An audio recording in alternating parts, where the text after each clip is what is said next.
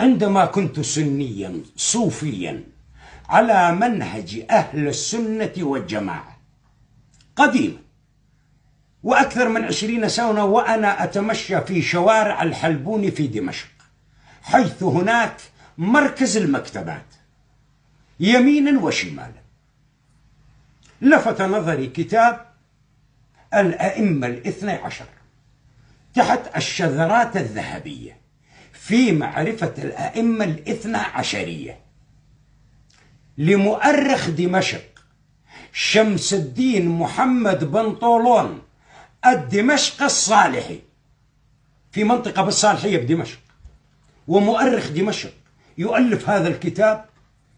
لفت نظري، اشتريت هذا الكتاب وذهبت، وجاء الليل وبدأت أقرأ، ففوجئت يتكلم عن الأئمة الاثني عشر لأهل البيت عليهم السلام. هؤلاء الأئمة أول مرة أسمع بهم، يشهد الله أول مرة أعرف منهم الأئمة الاثني عشر. هل يعقل أكاديمي ودرست الجامعة والكتب والثقافة الدينية ولا أعرف شيء أبدا عن الأئمة الاثني عشر أئمة أهل البيت؟ أصلا أهل البيت كنا نخلط، ما بنعرف منهم أهل البيت، نصلي على محمد وآل محمد ولكن لا نعرف منهم آل محمد. وبعد البحث والتنقيب طبعا عرفنا أنهم من خلال حديث الكساء أن آل البيت هم علي وفاطمة والحسن والحسين طبعا، وعلى رأسهم النبي محمد صلى الله عليه وآله وسلم، هؤلاء الخمسة.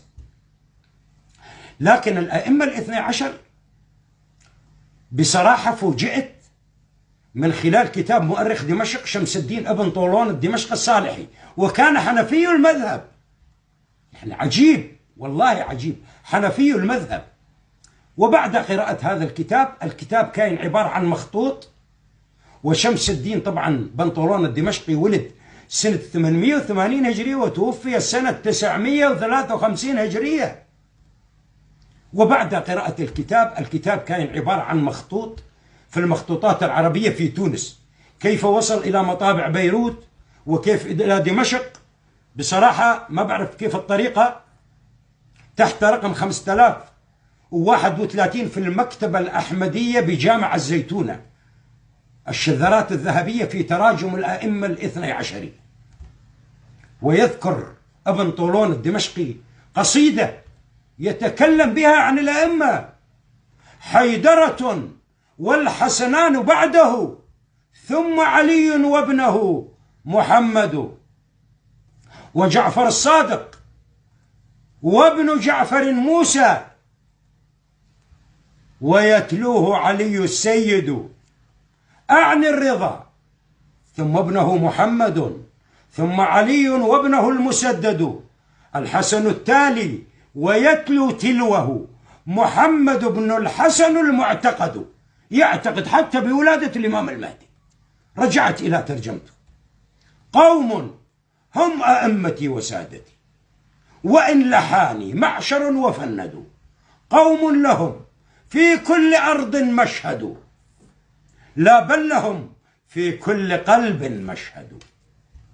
هم حجج الله على عباده، وهم إليه منهج ومقصد. أئمة أكرم بهم أئمة، أسماءهم مسرودة لا تطرد، ومصرع السبط فلا أذكره، إلا وفي الحشا منه لهيب يقد. الله أكبر!